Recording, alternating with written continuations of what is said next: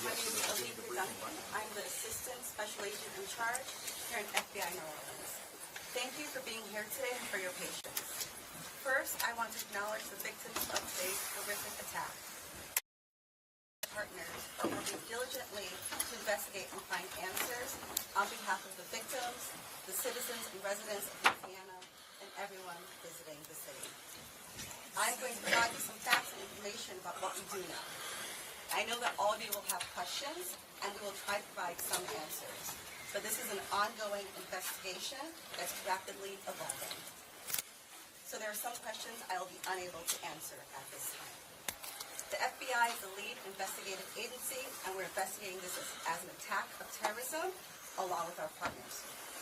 Today at approximately 3:15 a.m. Central Standard Time, an individual drove a pickup truck into a crowd on Bourbon Street in New Orleans, killing at least 10 individuals and injuring dozens more.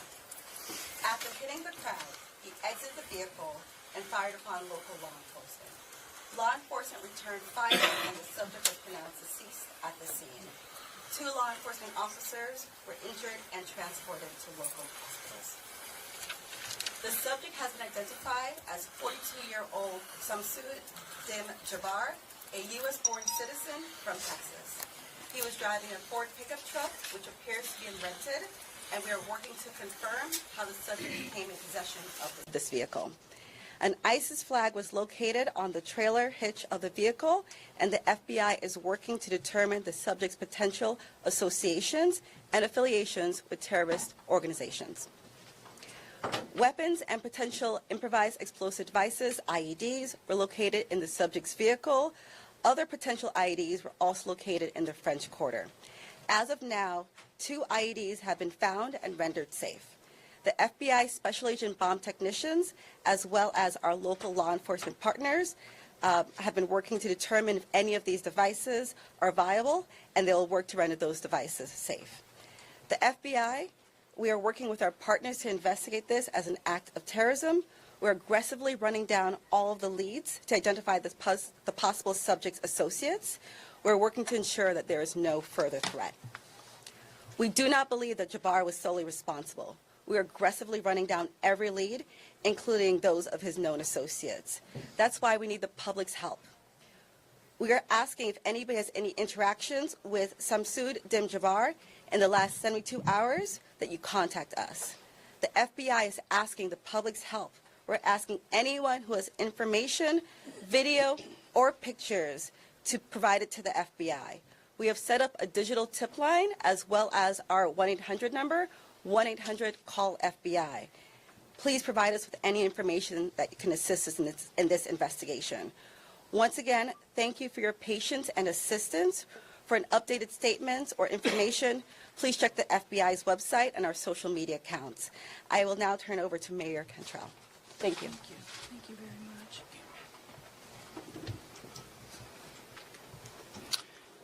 Thank you, Agent Duncan, for your leadership and the full support of the FBI.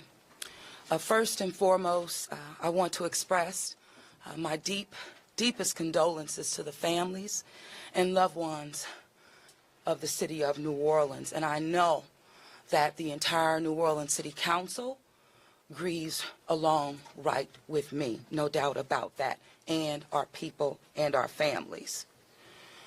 My priority will continue to be to ensure that victims that remain on Bourbon Street will be serviced and removed as soon as possible, but as stated, the FBI is in charge of this investigation and are doing everything necessary to make this happen. I also want to acknowledge hearing from President Biden, all of our federal partners, but most importantly, calling Governor Landry this morning, responded with haste, and we do say thank you. And of course, a demonstration of a unified support is right here in this room.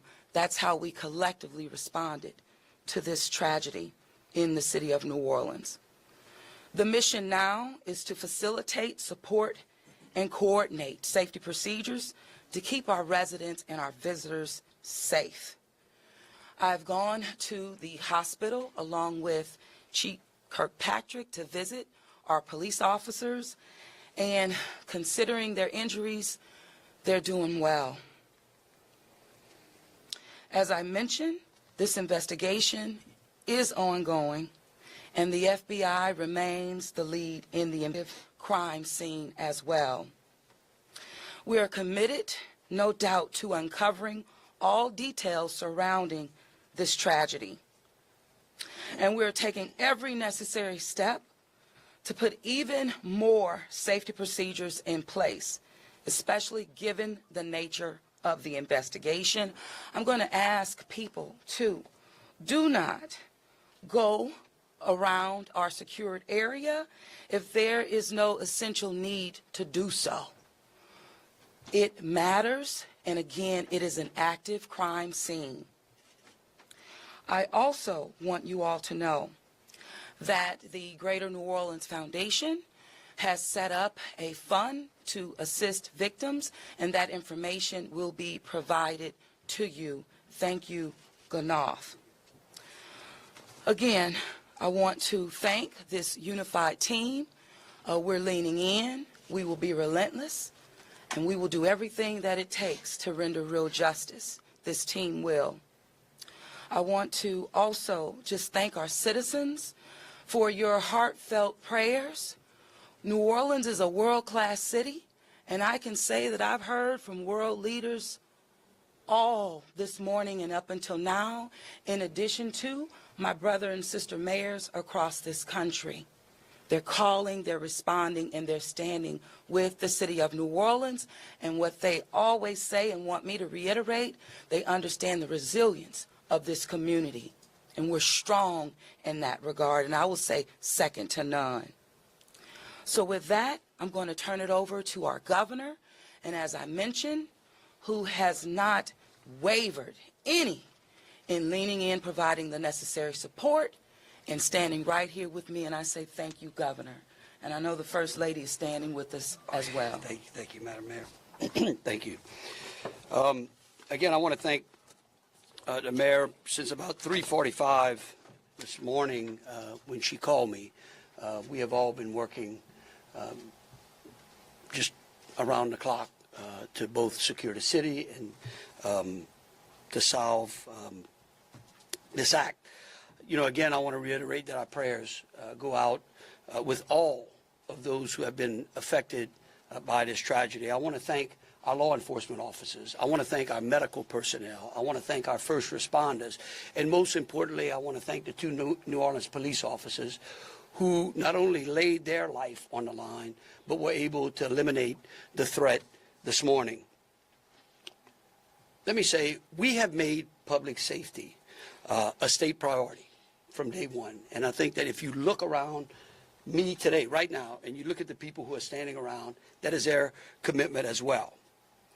We intend to be transparent in assessing any defects that may have existed in the system so that we can address them. It's the only way to ensure that any mistakes that were made are corrected. Specifically, we have been trying and working very diligently to address security concerns in preparation for the Super Bowl since October. And it's interesting because, ironically, in preparation for the Super Bowl, I had intended to issue an emergency declaration tomorrow so that we could bring all of our federal, state, and local agencies to bear in preparation for the Super Bowl and Mardi Gras. But because of the events today, I have amended that emergency declaration and issued it today.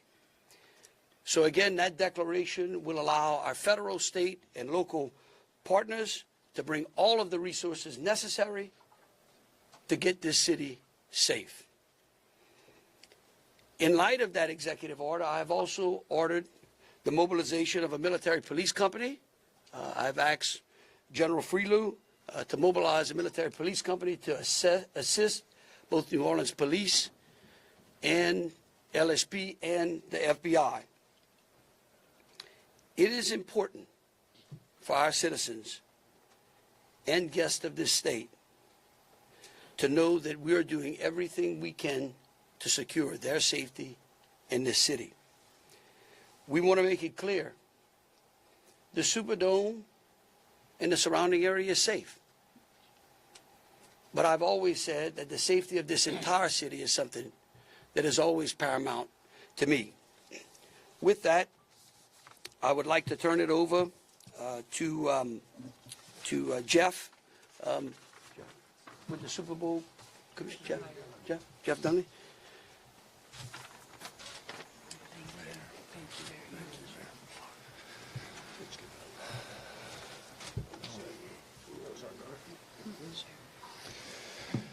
Good afternoon. Obviously, we wish we weren't here for this reason today. The Sugar Bowl Committee has a 90-year history of being a good corporate citizen for the city of New Orleans, and that's why this tragedy hurts us as much as anybody right now. So our condolences, thoughts, and prayers go out to the victims and their families as we all work through this. Of course, anytime we have a major event in the city of New Orleans, public safety is paramount, and we have full faith and confidence in the governor and the mayor and all the assets, the federal, state, and local resources that they've applied to this event so that we can ultimately bring those responsible to justice and carry on with the major events that we have in front of us. Speaking of which, we were scheduled this evening to have a CFP quarterfinal played in the Superdome at 7:45. We have been in consultation with ESPN, with the college football play, all parties, and all agree that it's in the best interest of everybody and public safety that we postpone the game for 24 hours. Work is fast about to set up a safe and efficient and fun environment for tomorrow night. There'll be more details on that in the coming hours, but for now, that's the plan, that we're going to move forward and play the game. And again, we reiterate our thanks to everyone up here for the important work they're doing. We live in the fun and games world with what we do, but we certainly recognize the importance of this, and we're going to support it 100%. So thank you. I'd like to bring up Senator Kennedy.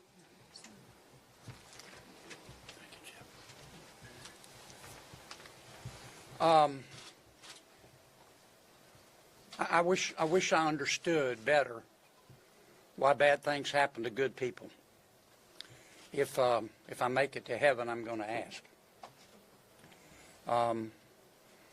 For those people who don't believe in objective evil, all you have to do is look at what happened in our city early this morning.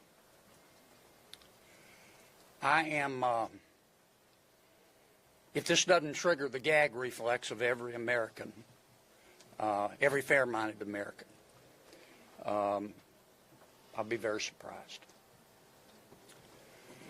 I'm here because these are my people. I'm here because these are my people's friends. I'm here because there are a lot of Louisianians that are scared tonight. I don't want them to be. There's a lot of information going around. Some of it is actually true.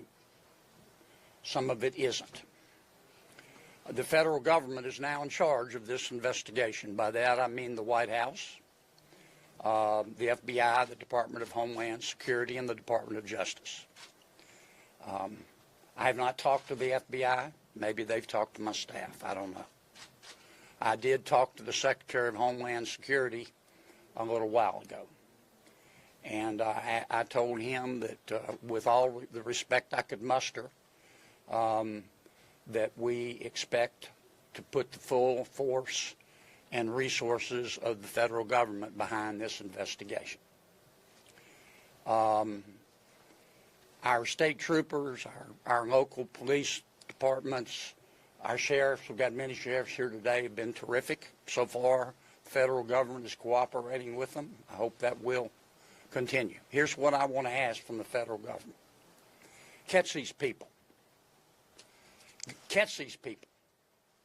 And then tell the American people the truth. Now, I don't want you to tell us yet anything that's going to interfere with your investigation. And there are things that I've been told that I think are true that I'm not sharing with you today because it could interfere with their investigation.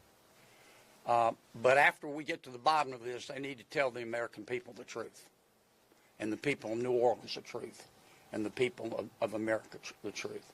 I think the mayor and the governor are very wise to postpone this ball game for 24 hours. There's just too much stuff we don't know, and it's just not worth it. But I guess my final point is, I will, when it is appropriate and this investigation is complete, you will find out what happened and who was responsible, or I will raise fresh hell. And I will chase those in the federal government who are responsible for telling us what happened, like they stole Christmas. Thank you, Senator. Thank you, Senator Kennedy. Congressman Carter, I think. Thank you, Governor. Thank you, Mayor. Thank you, Senator Kennedy. Thank you to all of our law enforcement agents for doing a yeoman's job, for stepping up at a time when we needed you most, for employing the resources of all of our partners. This is all hands on deck, from the White House all the way down. I've been in communication with the White House since early this morning, Secretary Mayorkas, leaders in all of our federal, local, and state agencies. The President has made it very clear that he intends to bring every resource to bear to not only tell the truth, but to provide the resources to bring these cowards to justice. I want to personally thank the men and women in uniform who put their lives on the line to protect our citizens and our visitors.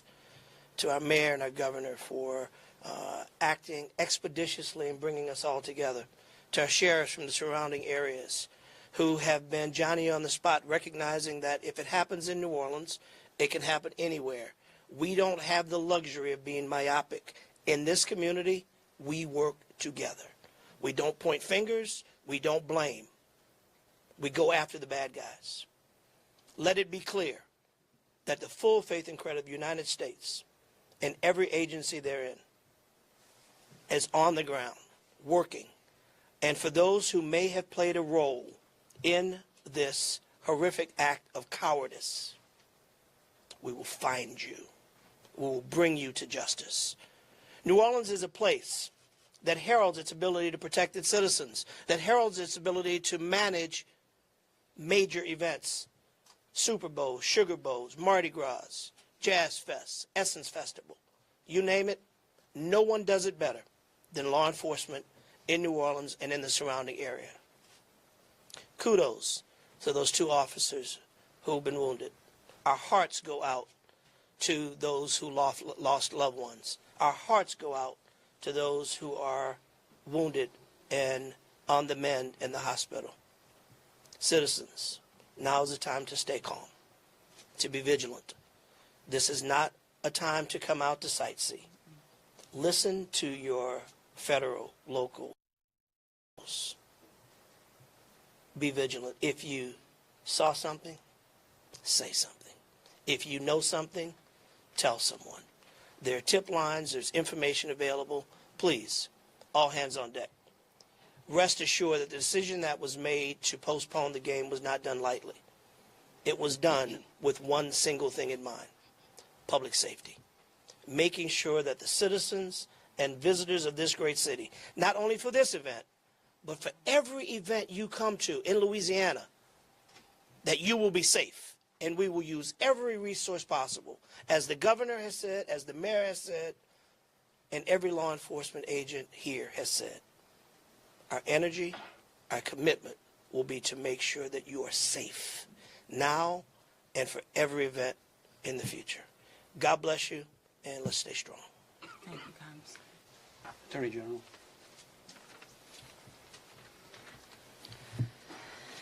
I first want to extend my sincerest condolences to the families of the victims. Parents got a phone call early this morning, that no parent ever wants to receive. And as a parent of children who come to New Orleans and spend time here, I know that that is just something that, you know, we hold our breath sometimes till they're home safe, and some people did not come home safe.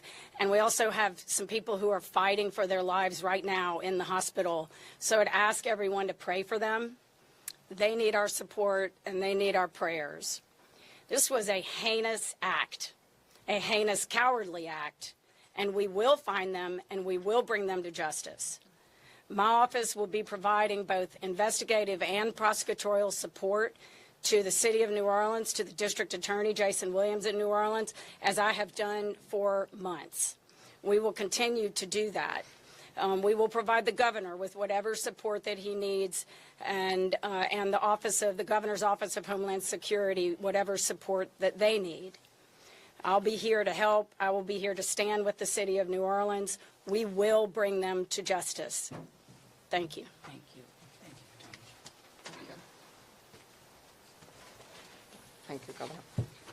Thank you, Governor and Madam Mayor. For those who do not know me, my name is Ann Kirkpatrick. I'm the Chief of Police of New Orleans. My official title is Superintendent, but my role is as Chief of Police. You know, you've heard some of the details today, and over the last 24 hours, we had approximately 400 officers in the French Quarter. And as we know, this is not just an act of terrorism. This is evil. And when we face evil, we have a choice. Time of crisis, people are looking for leadership. You are looking at the leadership.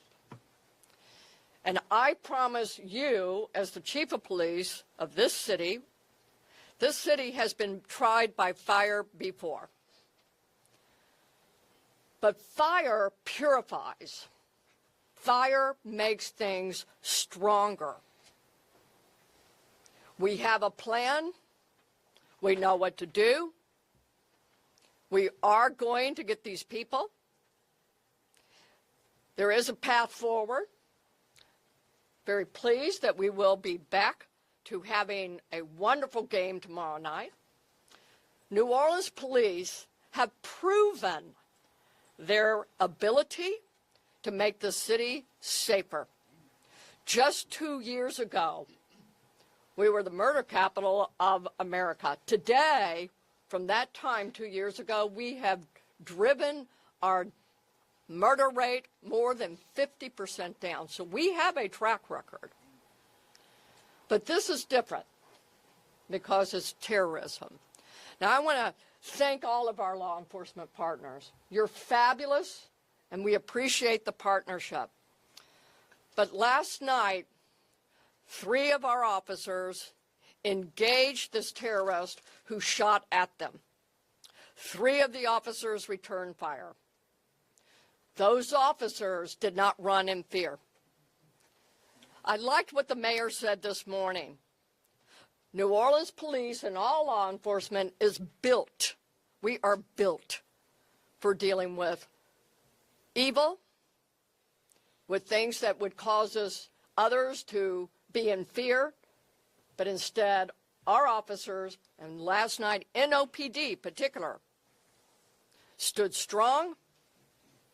They did not run. They did kill the terrorist. We have 2 officers, indeed, who received gunfire. They will be okay. We have personally gone to see them. But this is leadership for you. And I promise, as the Chief of Police of this fantastic city, that I will be strong and firm and fearless.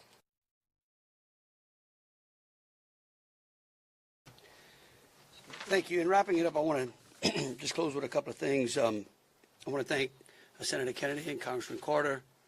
I want to thank again all of our law enforcement officers out there. I want the families of the victims to know that I will be issuing an executive order that tomorrow, when Notre Dame plays Georgia, every flag of every state building in this state is going to be at half-mast.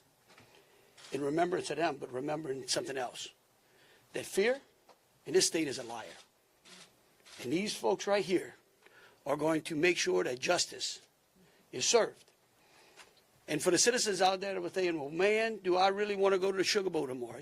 I tell you one thing, your governor's going to be there. That is proof, believe you me, that that facility in this city is safer today than it was yesterday.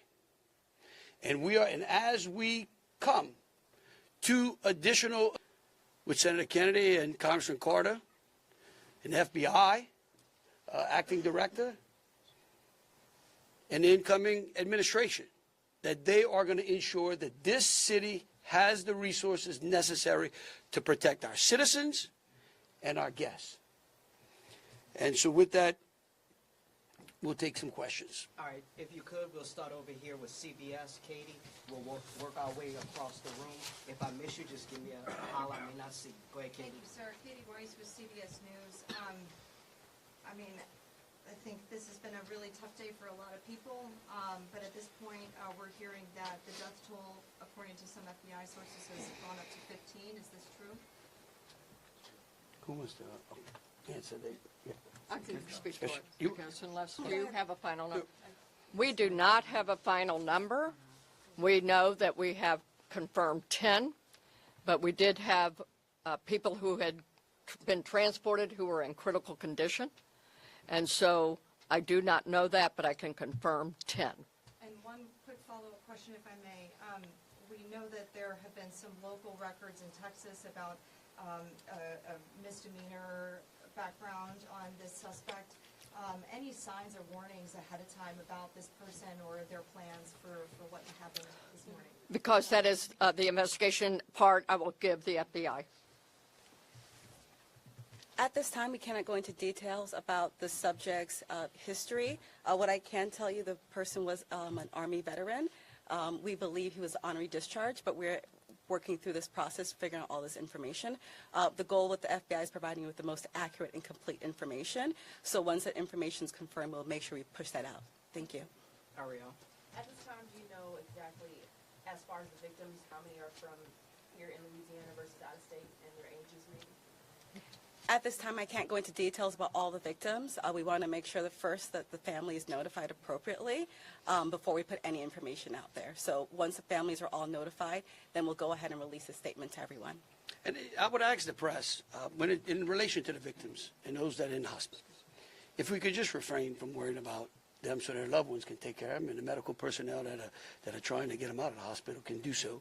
And as information becomes available, but we want to respect the privacy of those who are still either fighting for their lives or being cared for. Thank you. A follow-up, if I may. Go ahead. You guys mentioned accomplices. You don't think that the suspect acted alone. About how many more suspects are you guys looking into at this point?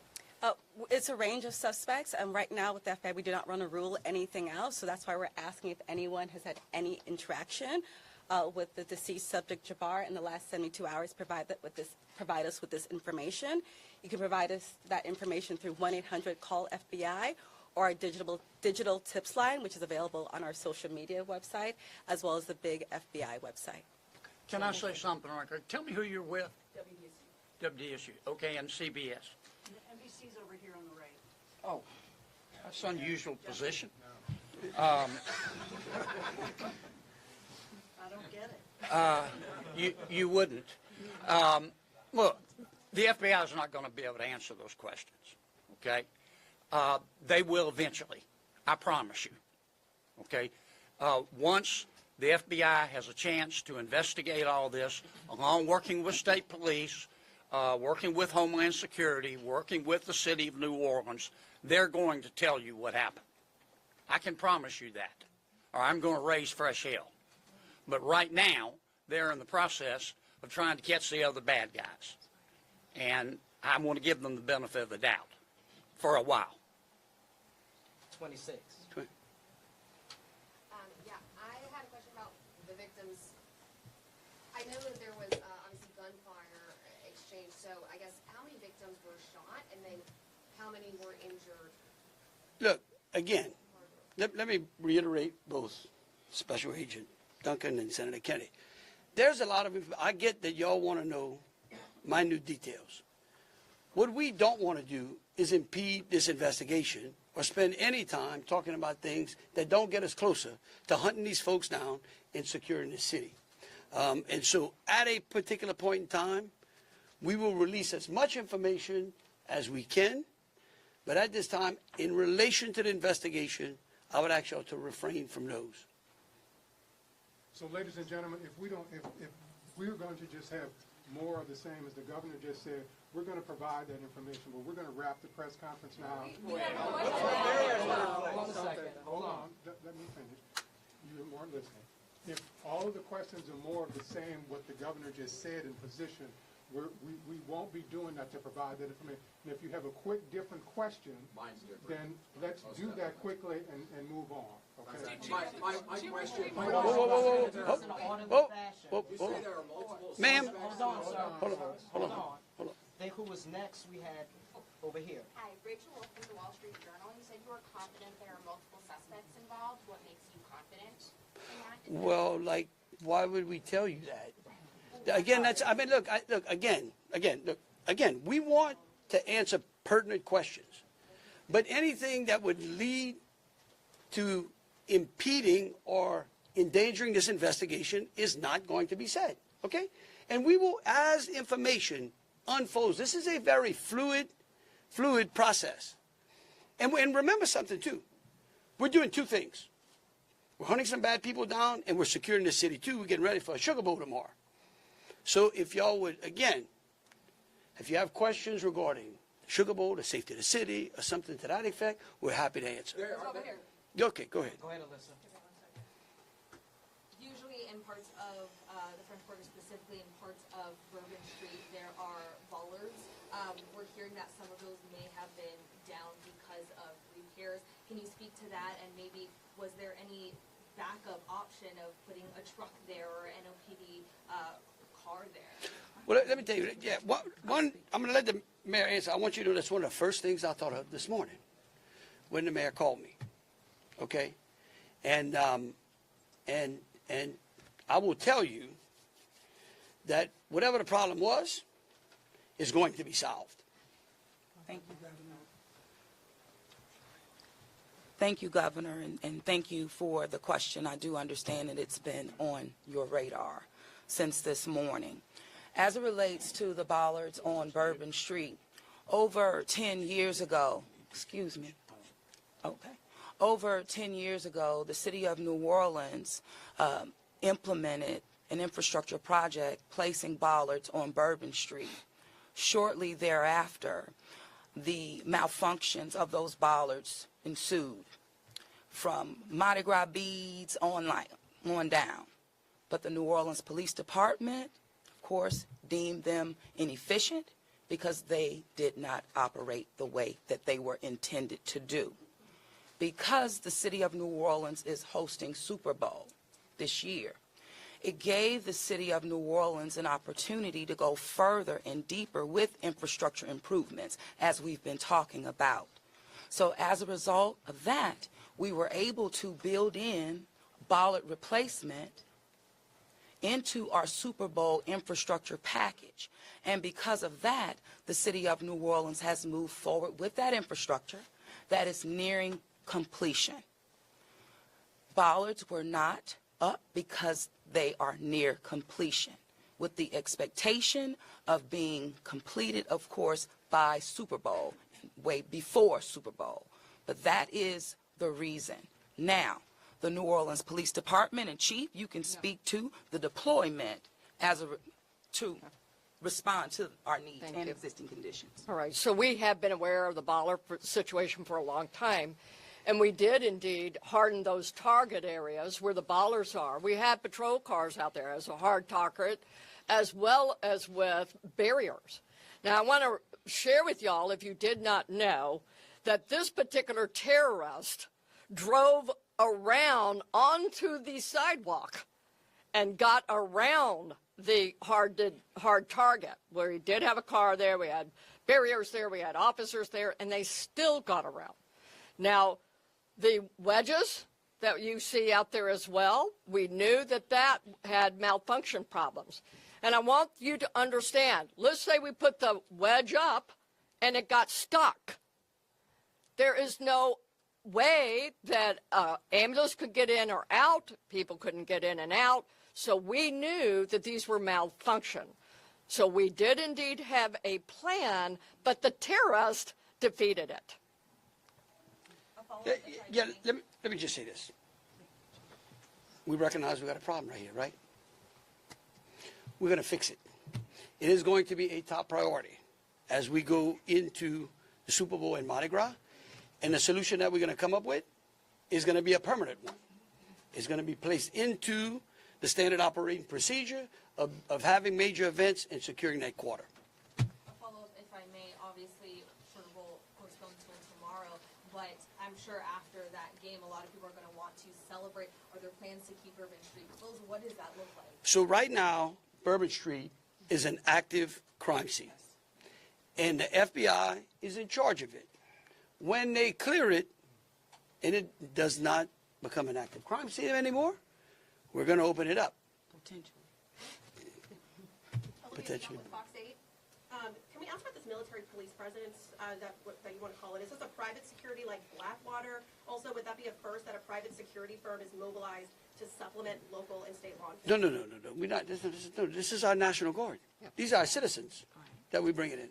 It's a military police company that we recognize we need some more resources. We need some more boots on the ground because, again, what we're doing now is twofold. We've got an active investigation and we've got enhanced security. Before this event, we were just enhancing and working on security. So we brought some additional resources. Jesse Kirsch with NBC News. Thank you for holding this press briefing. I just want to clarify something first. You were just talking about bollards that are being repaired, talking about a lift gate that are replaced and then a lift gate that's not been working. Was there a vehicle in place of that lift gate last night? Were there things in place of those bollards which are being repaired? Sure, the chief spoke to the plan in place, and that is yes. That was indeed. So anything that is currently in the midst of being repaired had a backup replacement? It had vehicles and officers were there where all of those ballasts have been. We had that. We knew. So we did have it. And like I said, in this particular case, terrorists just went all the way around up onto the sidewalk. And what about for the lift gate? Was there a vehicle like backing in and out to block that lift gate area, or was that just down and open? Because that's what we've heard from witnesses. Chief, Captain. The reason I'm calling the captain, he's the captain over that district, and that is a question I'm going to let him address for you. Good evening, everybody. I'm Captain LeJean Roberts of the 8th District. Yes, we did have a vehicle strategically placed right in front of the wedge, preventing access onto the roadway. And in terms of the framework of security that was already in place on Bourbon Street, I know this is an ongoing project of improvement, but with how that was all aligned, was someone getting up on a sidewalk considered impossible or nearly impossible, or was this not something you expected you would have to account for? Yes, of course, it wasn't something we expected to account for. The bollards they're actually wedges. They're strategically placed 5 locations throughout the French Quarter on the roadway. This particular terrorist drove onto the sidewalk behind the police car to gain access to the 100 block of Bourbon Street. So if you're worried about someone ever driving down Bourbon Street, why weren't you worried about someone driving up the sidewalk in the same way, or at least racing through it the same way? Okay. All right, look. We could go on what ifs forever. This is evil. And that guy could have easily gone down the sidewalk of Canal Street, where there were a ton of pedestrians on there as well. And there are. That's right. No, right. Right. But just want you to know, however, we recognize, I said earlier, that where there are defects in this system, we are going to be transparent, and we are going to address them with the city and make sure that we fill those gaps as best we can. Yeah. Yeah, Chelsea Bracer with Axios. I have a question just about sort of ongoing public safety today. Special Agent mentioned two possible IEDs. Were those in the same location? Should residents in the French Quarter or elsewhere be concerned about potential other situations? The two IEDs, they were in different locations, and what we've done in conjunction with our local and state partners, we've gone through and done a sweep to identify anything that we thought was suspicious, and we have not. However, as I said before, if the public sees something, please reach out to us so that way we can go through and verify that we did not miss anything. But we conducted initial sweeps, I think, starting shortly after our initial So I'm going to thank you, press conference. Agent. I do want to share that we have a plan, and we have been implementing that plan. One of those plans is that we have swept all of these areas. The word swept means we have put officers out there as a grid, walking down the streets, every street in the French Quarter, looking for suspicious packages, bags, ice chests, you name it. And they have been walking it as a grid.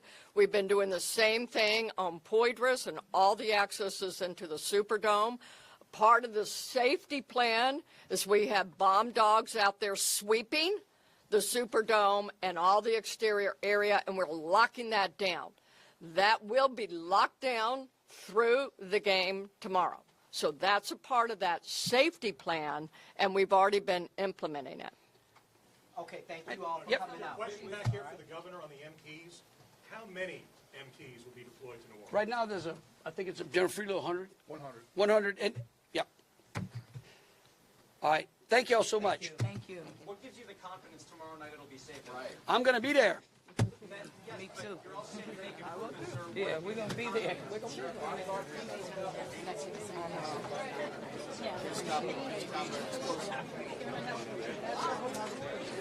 Mayor, I think some of mine were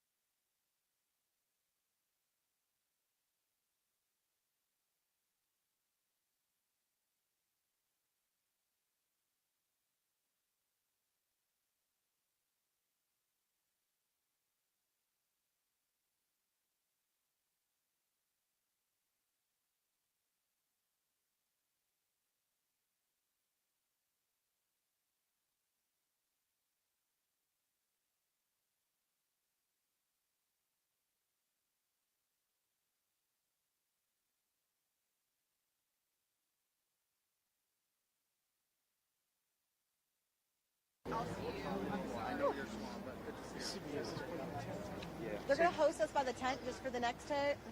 So I was just going to go ahead and move everything. So for your bag and stuff. Okay. But yeah, then we should be back over here. Today is there with you over there? No, I just was letting him know. So his backpack. It's okay. I mean, because they're kind of crazy. They may be crazy over there. You're okay. Can you go with her? Yeah. That would be great. Yeah. Okay, The vehicle's right there, that Tahoe. If you want to throw your gear in there, you're more than welcome to. Yeah, I might do that. Yeah. I've got Yeah. patience. You There's just, just so if much- you're over there, you'll have it. Okay, I appreciate that. Yeah. But yeah, no, I just wanted to let him know That because his black bag was Tahoe by one ours. in that scrum over there. I I got her. This morning was so bad. I was just like, there's nothing you can do. There's nothing you can do. Well, I'll be back in a Keep it sec. with me for right now if I walk down there. Whew. Unless you want to walk around. Yeah, I got her. Okay, cool. I was going to say, if you want to drive the vehicle down here, you can drive it. You could drive it on here. Bring it right here. Whew. The record you bought. Is that how that works? Sorry? Yeah, that's how it works. Yeah, yeah. Yes, that's exactly how it works. We don't know, as far as we know.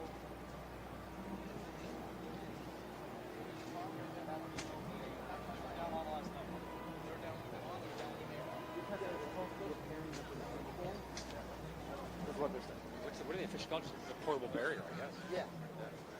So literally, it was just like an orange. These things. Yes. Yes. Okay, cool. Perfect. Will you connect this back to that charger? We'll see how long it lasts. I am so sorry, but whenever you get done, do you... I'm about to leave. Okay, cool. I'm about to go live, so I just didn't... No, I didn't know how long you were going to stay. I'm about to leave.